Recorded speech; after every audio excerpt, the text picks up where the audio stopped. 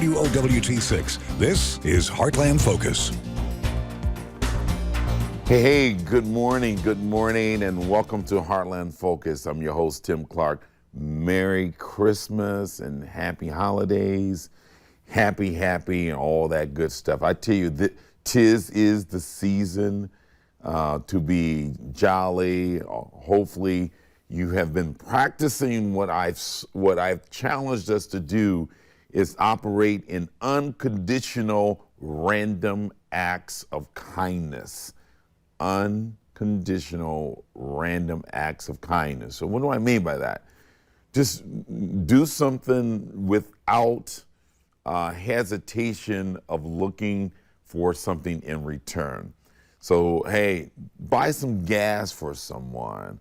And you're in a grocery line, somebody's behind you, hey, put some money on their groceries, okay?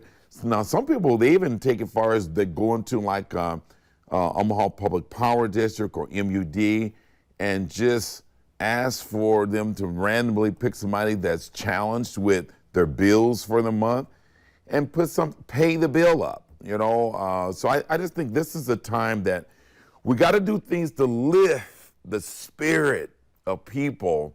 This has been a very difficult, challenging year, and I think we have to do what we do best. When people are in pain and their struggle, that's when we step to the plate and do what we need to do to help our brothers. Love thy neighbor, and that's what this season is all about. Give love, not on just Christmas Day. It should be every day. But hey, I wanna later on joining me will be Coach CHET Fortune.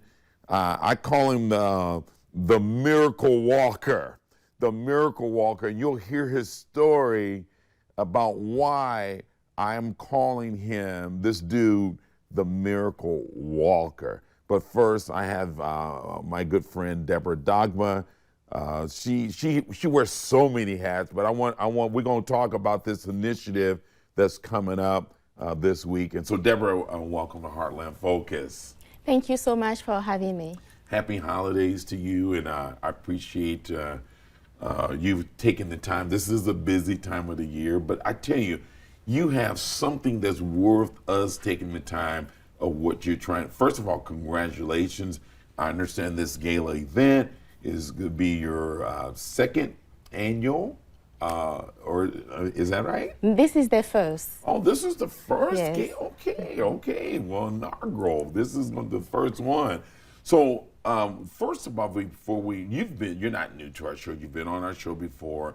I think probably under your umbrella of business sales. Mm-hmm. I would love to, maybe come back, especially in Q1, to talk about how do we help people that want to start businesses, mm-hmm. they want to grow businesses, and really begin to look at how do they have their best year when they look at in terms of their organization and your business. You do capacity building. Right. Yeah. So people can, how can people reach you in terms of just that part of it? Because I think, Deborah, at the end of the year, the beginning of the year, people are so excited. They have new goals and New Year's resolutions that they want to try to create and better themselves. Mm-hmm. And I want to provide, for me, in terms of this platform, opportunities to help. So I'm going to give you a quick 60-second speech. How can business sales help people? Well, business sales, we help develop a business plan for your business, and also we help strategize around capacity building, fundraising, and just, having access to funding for your business, working capital when you're starting your business. That's very important. We do a lot of trainings, and you can, get in touch with us via social media. We are on all platforms. Just look for Business Sales Consulting Firm, and the phone number is 402-505-1348.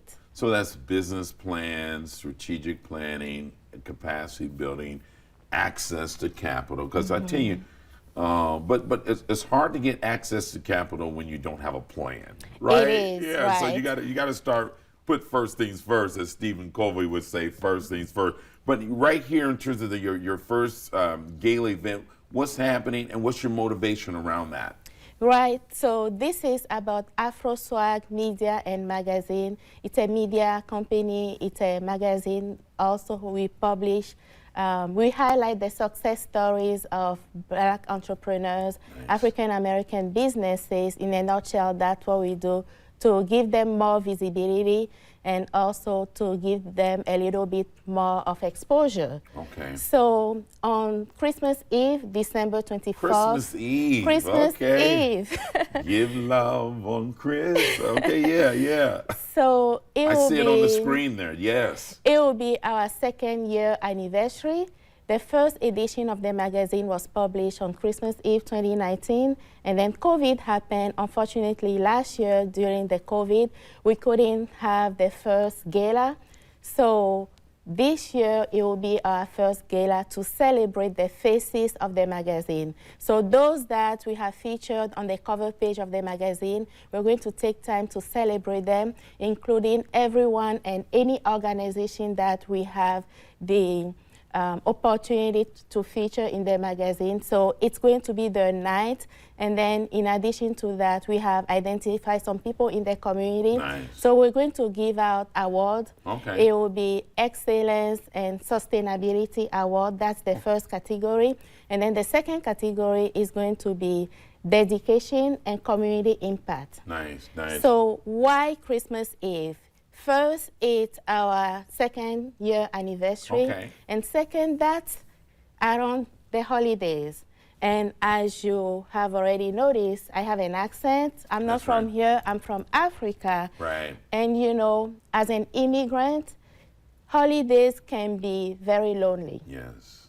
And I know a lot of people are in that situation as myself. So Christmas Eve, just to give them that opportunity to come around people they know, the food they know, and also the music they enjoy, to celebrate together for this great cause. Yeah, because when you think about it, that's very honorable of you, because we take it for granted in terms of just, we got a lot of immigrants in this country that cannot get back home and share and be a part of the Christmas holiday season. So I think I commend you and your organization. You got a team. It's not big enough if you can do it by yourself. I got a chance to meet some of your team members, but I know you have some sponsors. If anybody you want to thank real quick before we end this segment.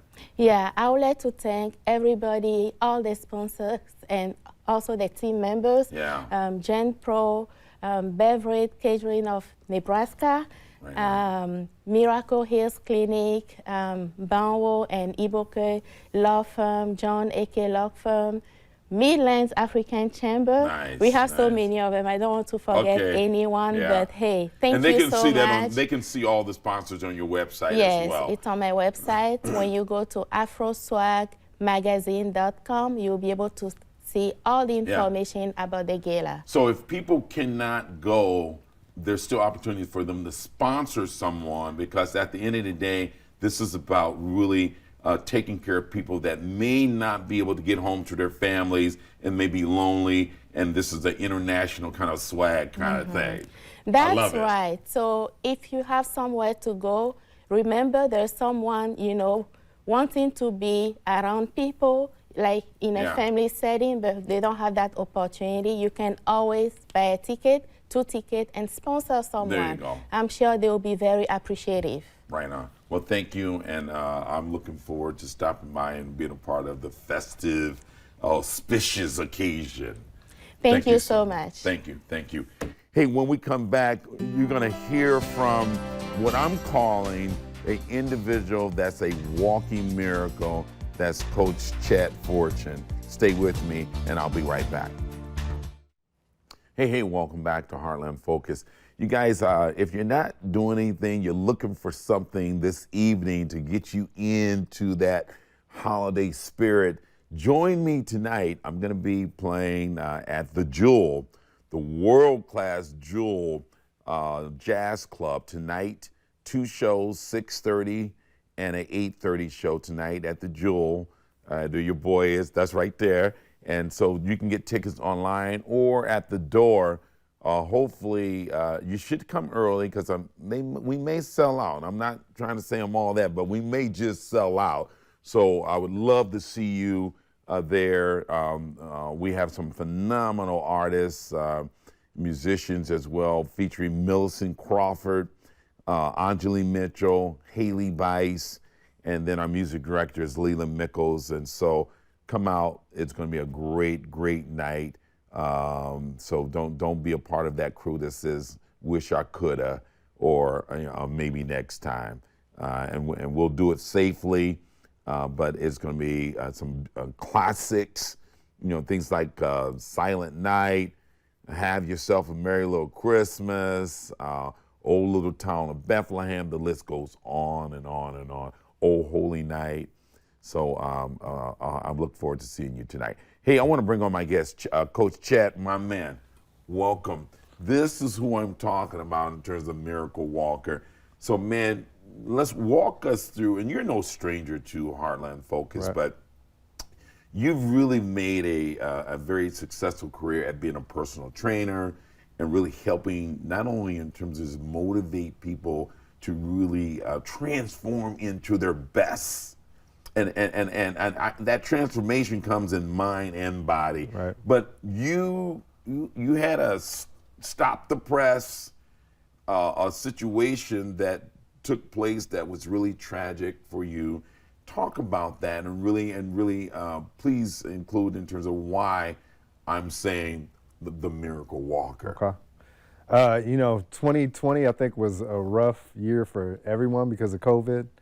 It shut down just about everything we know in society and life. Yeah. And, going into 2021, I was thinking that, this year's got to be better than the previous year. That's right. It can't get any worse. That year started off, I had lost 3 friends beginning of January. One of them I was in his wedding. It was a close friend of mine. And about a week and a half later, I was working at a medical clinic. I was their business development guy. And they got rid of that position. So starting the year was just, first losing friends, and then, right after that, losing my job. Yeah. I'm thinking like, what is this? What else can happen? Shit? Right. What's happening to me? It was just a rough start. And then January 31st, wow.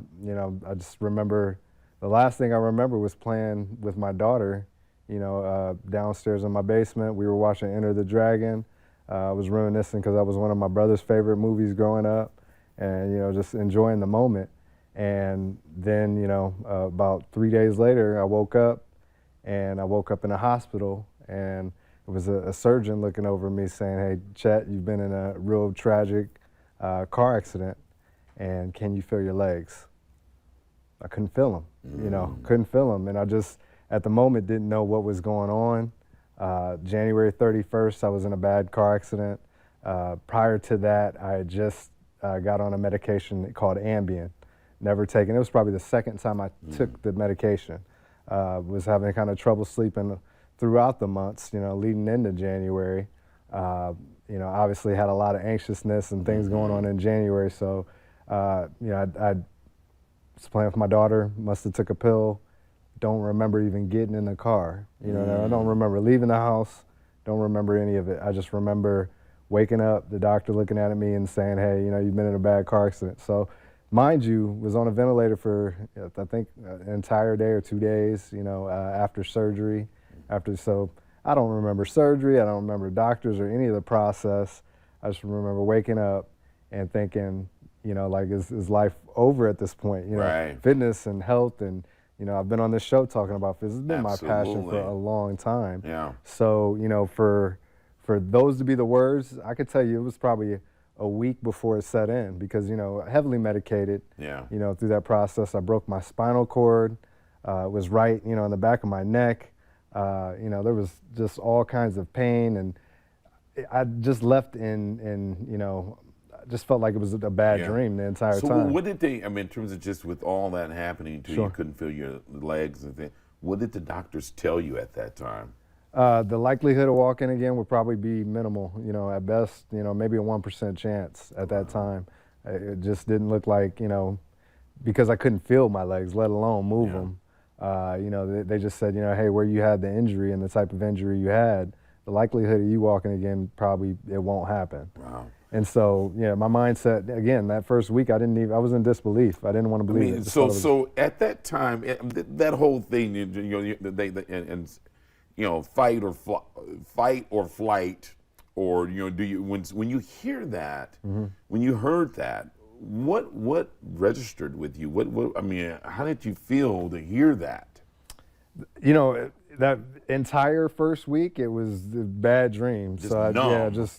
I'm going back to sleep. I'm gonna wake up and it's, you know, I'm gonna be doing life's gonna be normal. Yeah. You know what I mean? Like once I kind of, you know, like once it really set in, like I said, it took about a week. It was just a mindset of, I'm gonna overcome this. Yeah. Like, you know, whatever they tell me. So you really, after it registered, after you kind of like you tried to wake up from the dream. I mean, just right away, you was like, I'm gonna overcome this. I'm gonna overcome this. You know, like even at that point, a week later, I still couldn't feel my legs, and I still couldn't move them. But I was just like, you know what? Like, if they tell me I can't do something, I've always been that person. I'm gonna show you I can. You know, like only God's gonna stop me from doing whatever. You know, That's and if I survived this accident, you know, there's got to be a reason I survived. You know, because I could have easily died. And you know, as bad as the car was, as bad as I felt. I was like, you know, if he woke me up to start this over again. He did it for a reason. He did it for a reason. I'm going to be back. Yeah, yeah.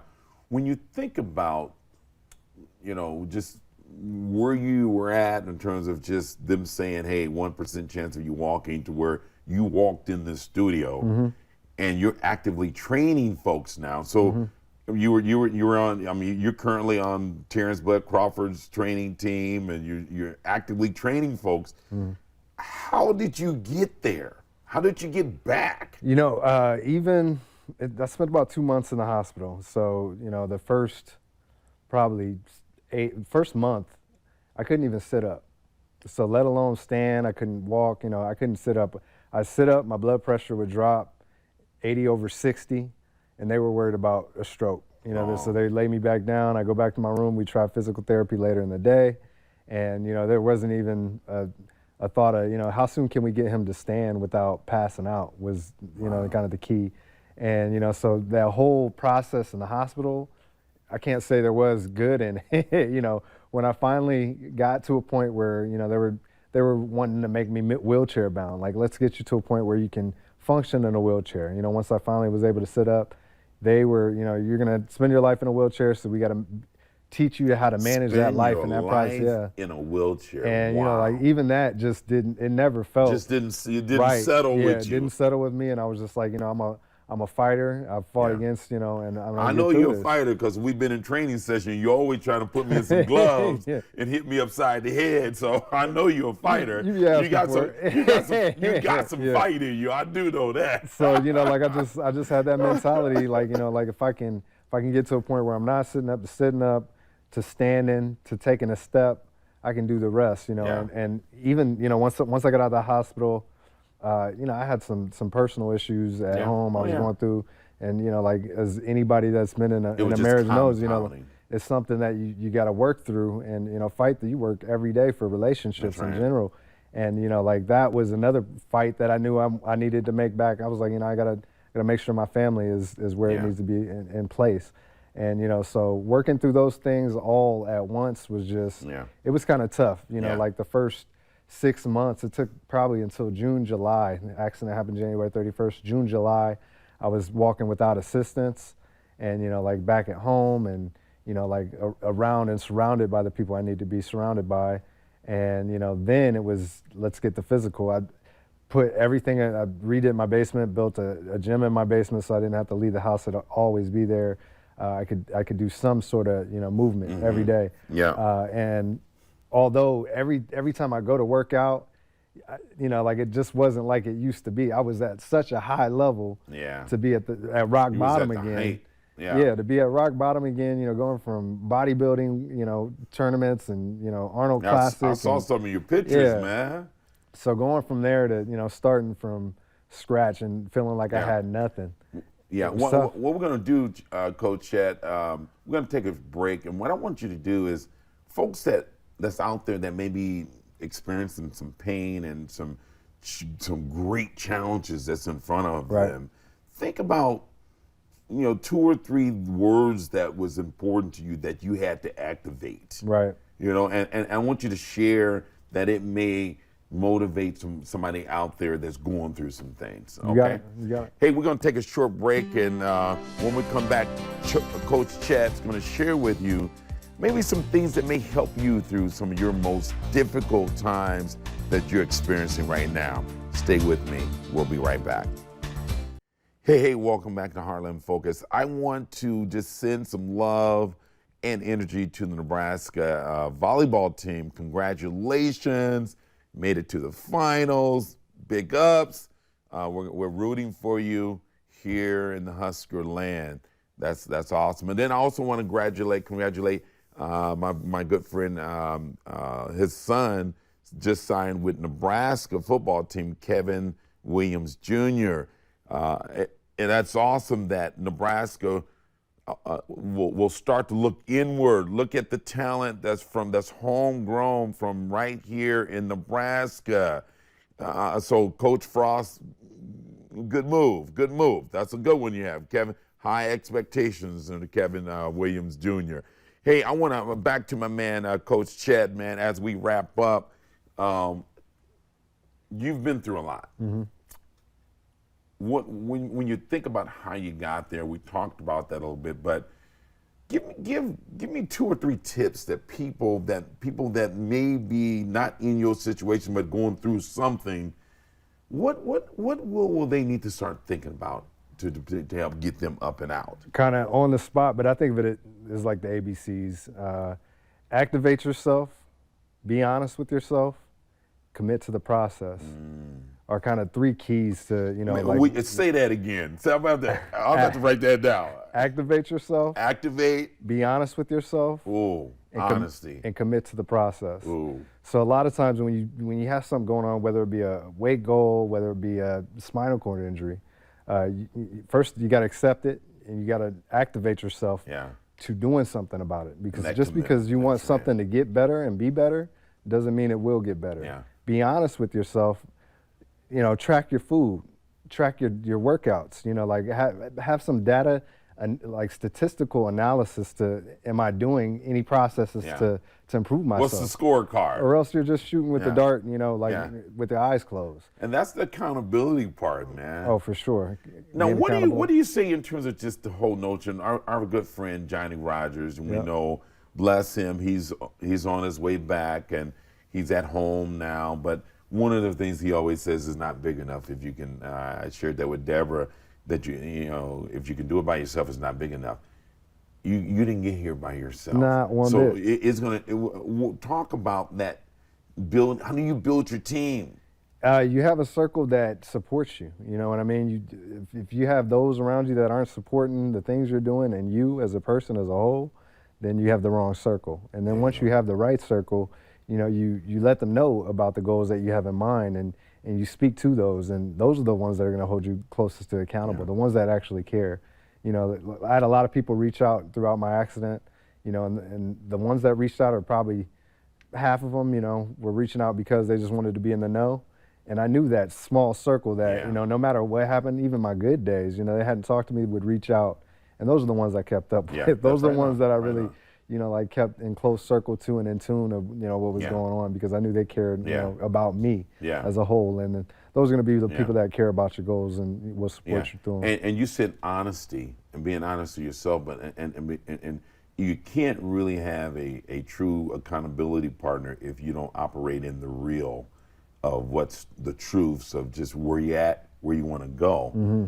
And so that's awesome, man. Well, I appreciate you. And so we're out of time, but we're going to have you come back because I know you're working on some other niche. You're currently, kind of tell them, what are you doing right now real quick? I'm working with some world championship fighters. Okay. I'm back in the gym doing that. But you working with also, you working with Tim Clark. I'm working with Tim Clark. I'm not so much a world champion fighter, but world-renowned Heartland focus. I'm in the making. I'm something in the making, man. Look at, I'm working on it. We've been putting in consistent work, staying committed. That's the important part. That's right. The group that you got is good, and they're there. So that's what's up, man. I appreciate you, brother. Hey, I'm on your team. I appreciate got it you, very man. much. Yeah. I got you. You come. We'll be back. For sure. Hey, you guys, that's all for this episode for Heartland Focus. Hey, make today the beginning of your best year yet. Do what it takes to really take care of the mind, body, and the soul. Really look inward to look out. So I say this thing, be good to yourself. Happy holidays, Merry Christmas, and all that good stuff. And put your mask on first before you decide to try to help anyone else. I'm gonna leave you with this little note. Hopefully see you tonight. Have yourself a merry little Christmas. Make the Yuletide gay. From now on, our troubles will be out of sight. Merry Christmas, everyone. Thanks.